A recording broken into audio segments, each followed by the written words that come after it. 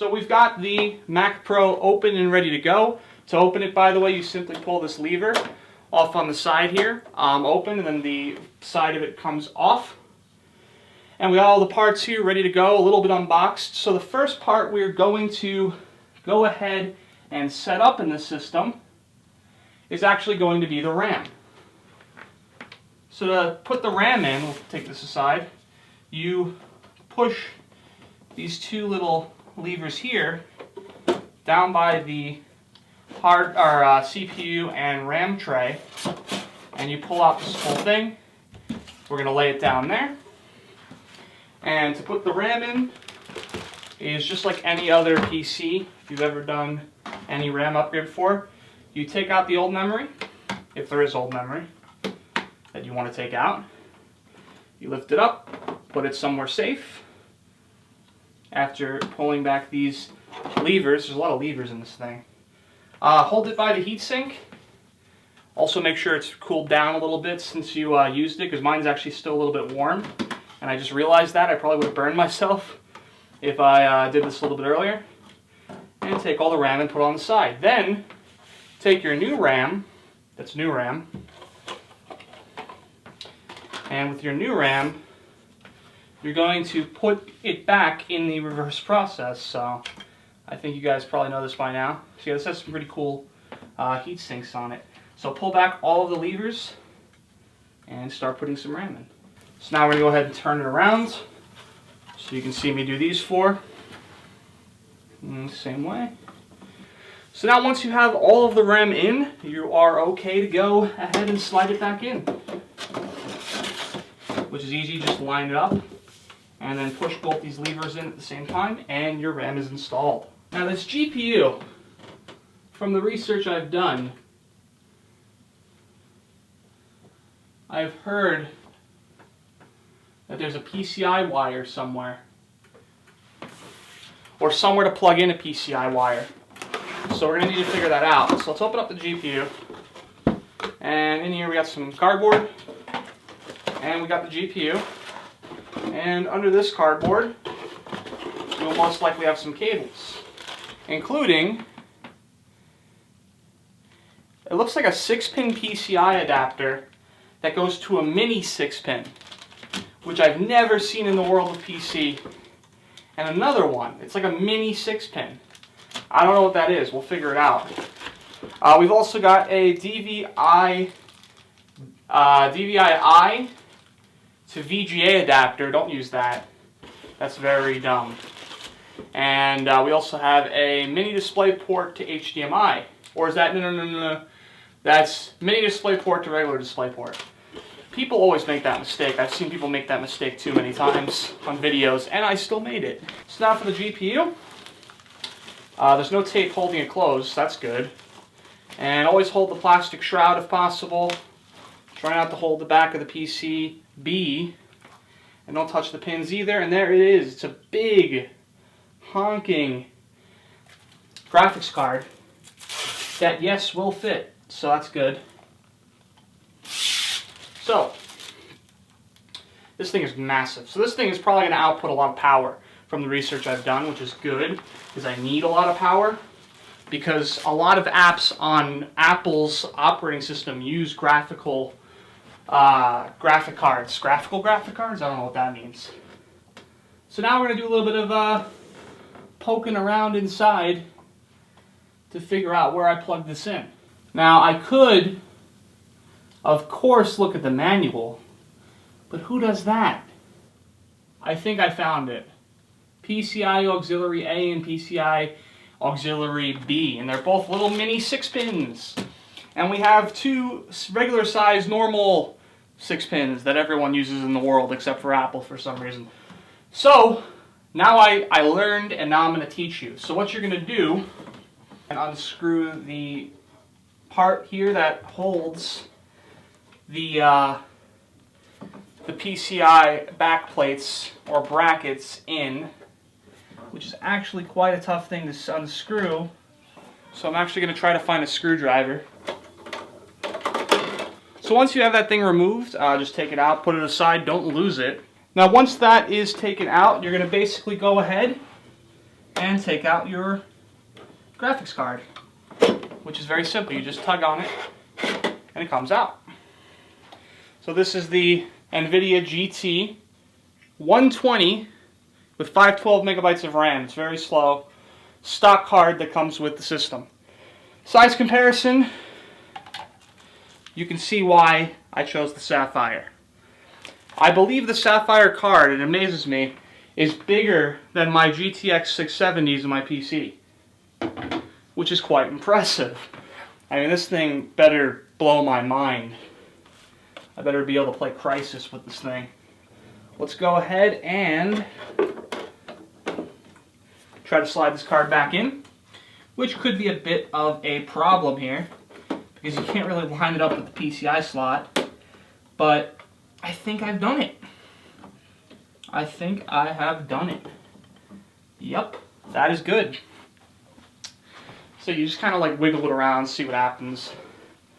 I mean, it's a very tight space Apple gives you here, which is kind of annoying. Come on, Apple, step up your game. So let's go ahead and put this back in. Alright. So we got the graphics card in, but we're not done with the graphics card. We got to put in the power adapters, which fortunately look like they cut in terms of length perfectly to the length you need, which is very convenient. Now, I probably should have done this before I put the card in, because it's quite a tight spot back there. But let's see what we can do. Let's see if we can do it. It looks like I've done it. I got the first cable in, and the second cable is actually quite easy. I went for the harder one first because it's usually what you should do in life. I think I'm really close. Yep, got it in. So we just make sure they're in right. Seems to be in perfectly. And now we will kind of route it in a manner where it doesn't go over the fan. You want to make sure that your wires are somewhat tidy. I actually think the better option would be to do this, lift it up a little bit, because now this fan is not blocked, and this fan's airflow into the card and through the card is not blocked as well. So now, last but certainly not least, because it's probably going to annoy the hell out of me, is the hard drives. Hard drives are sometimes annoying, and sometimes they're the easiest thing in the whole build. Now, Apple, as I move around a lot of stuff in the background, Apple actually makes hard drives really easy to do, because they give you these 4 bays that just slide right out. And once they slide out, you have 4 little screws that you screw in to your hard drive, and you slide it back in. Easy as that. So, my plan is to put 2 SSDs here and 1 hard drive, or 2 hard drives there. Now, SSDs are interesting because when you have an SSD in a Mac Pro, you don't need the sled. You just go in there and you slide it into the appropriate spot and it hangs, which seems really, really risky. So let's go ahead and try to fit this in. So you're going to see these 2 little rails where you plug in the PCI power and the PCI data exchange, and you're just going to go ahead, find it, and slide it in. And this is something where you really need to concentrate and not just feel around.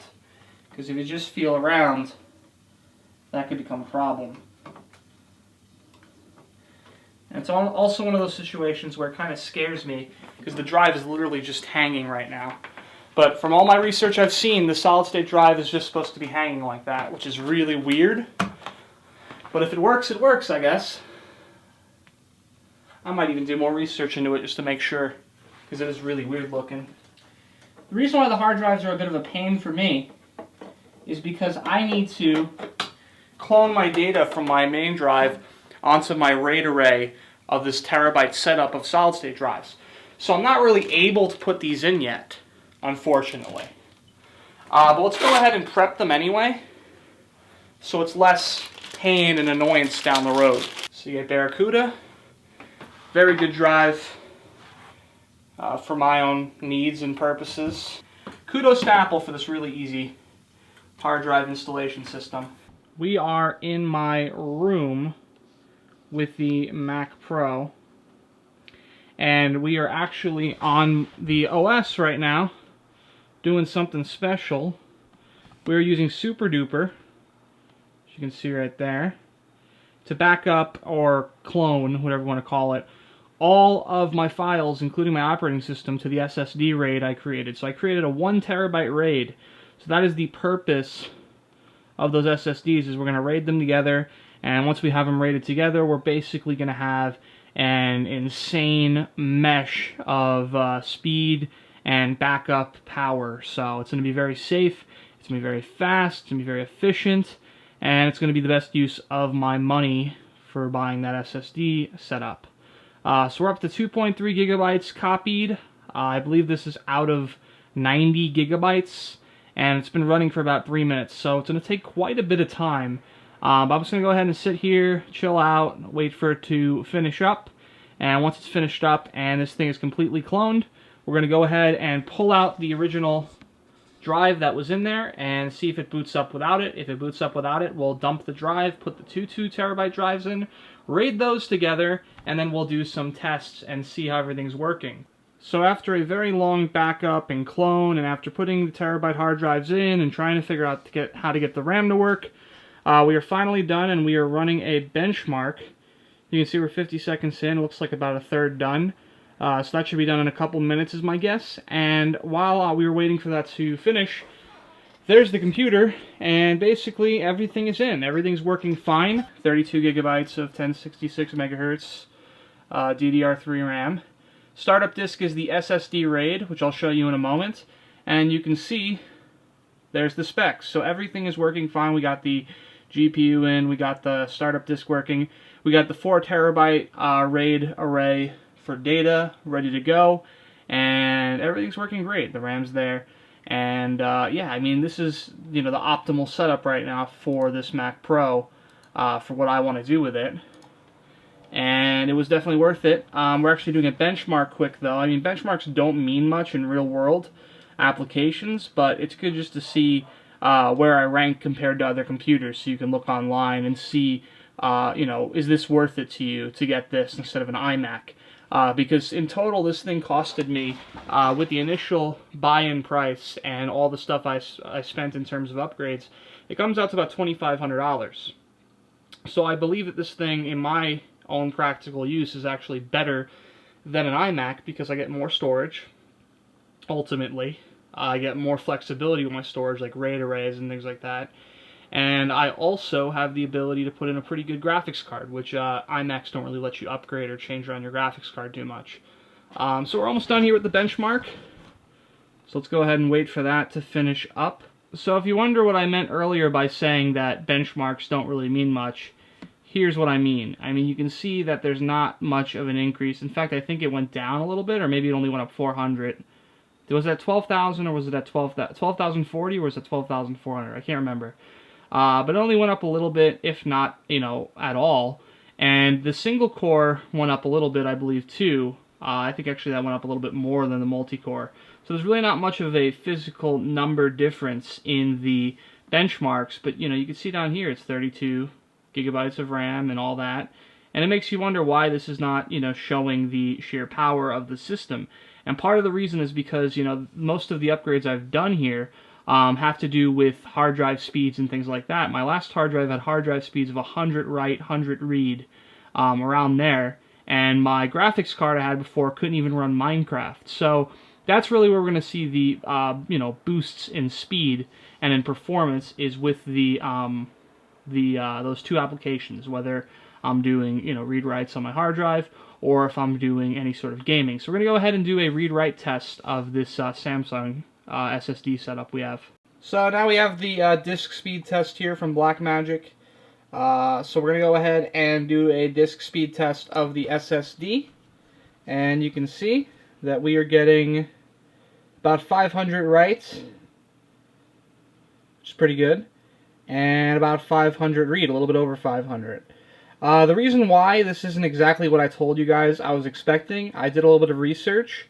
because I was a little bit disappointed at the results. It's apparently because the Mac Pro from 2009 does not support SATA 3 speeds. So I need either a PCIe RAID card that I can hook up my SSDs to, or I could just, enjoy the speeds as are. I mean, these are pretty fast speeds. Maybe down the road I'll get a RAID card to hook up my SSDs to, but for now I think I will stick with these speeds. They're pretty good.